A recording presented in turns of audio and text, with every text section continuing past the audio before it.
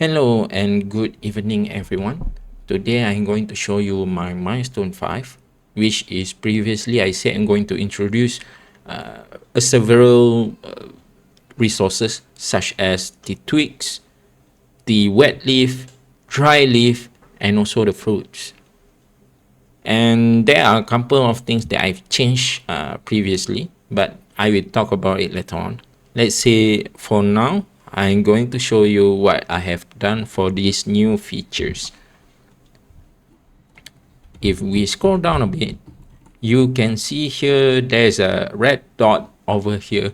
Red dot over here is a fruit, and this lighter green over here technically is a fruit tree. So in the real world, right, if you have a tree that bearing the fruit, you're not gonna chop down the whole tree. Instead, you're just going to pluck the fruit from that tree so that in the future it will yield another fruit. So based on that logic, I just introduce fruit directly instead of what I call just remove the time from the map. We don't want that. So and then we have this yellowish dot over here. This yellowish dot technically is a wet leaf. So in the morning, right, in Malaysian or in Nusantara, typically we have a morning dew. This morning dew is very wet, it's very cold. So what we're going to do is that if let's say you want to lit up the fire in the very early of the morning, you're not able to because the leaf technically is still wet. So what we're going to do is to place a drying mat over here. So what this function do technically is to collect all the wet leaf and then leave it in this canvas so that in the future in 2 or 3 hours it will become a dried leaf. And then I'm going to place a campfire over here. This campfire is where this twig, this brownish dot over here technically is a twig. It's going to pick up the twig and then deliver it to the campfire. So let's get started. I'm going to collect 5 of the what I call wet leaf, and then another 5 of the twigs.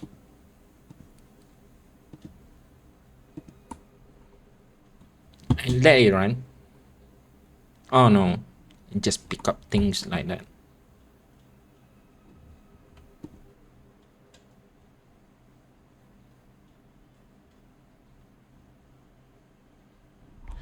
I'm going to scroll here over here, pick up several leaf.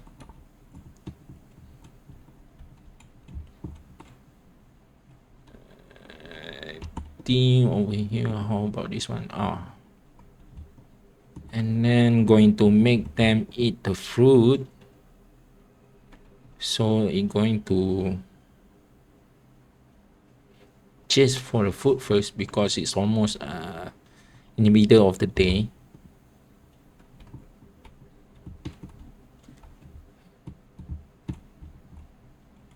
And then it should pick up the twigs.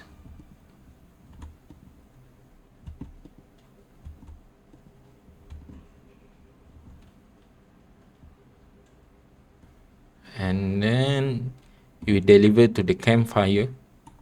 And then we need to chop down tree.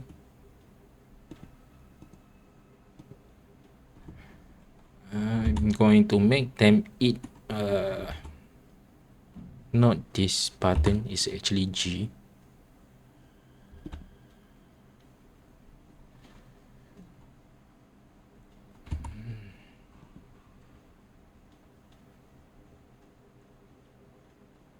It's almost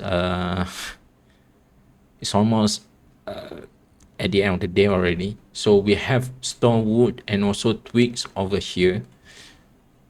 Oops, okay. Now I'm going to pause a bit. So when it deliver the woods, twigs and tinder, what I'm going to do is to ignite the fire. I press I for that, spark ignition, and then click the campfire.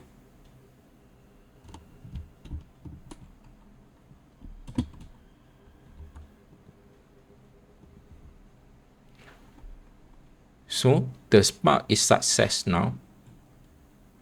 And then it will light up the fire by consuming twigs, tinder, and also store wood.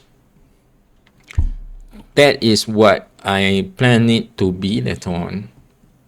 Still, there's a lot of improvement that need to be done. There's a lot of bug also.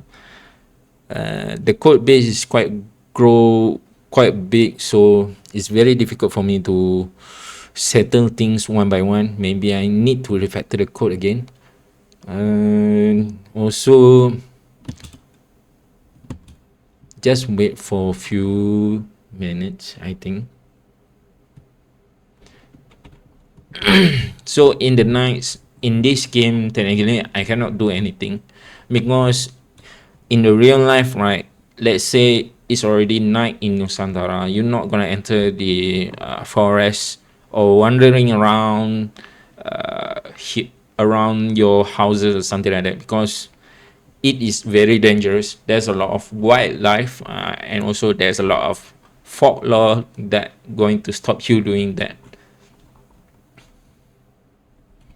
So I need to speed up a bit.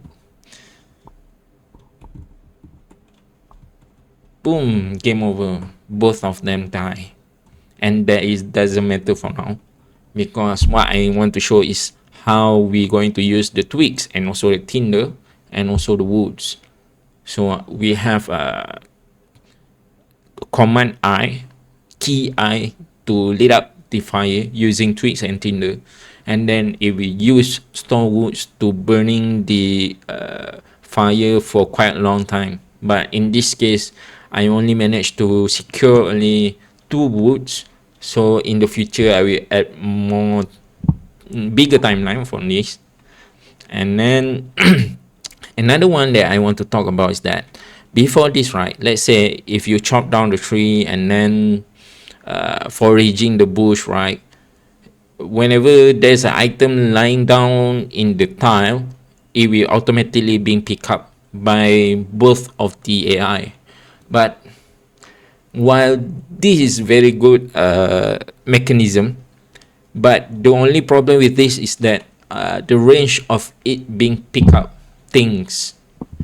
What I mean is that as long there's a lot of twigs or even the twigs or even the leaf, right, it will go around from this campfire and start to pick up things without non-stop. So what I did in this implementation is that picking up the item and then also hauling it to the campfire is actually a job itself. So there's some kind of dispatcher in my job board, and it will automatically doing that. And that's coming to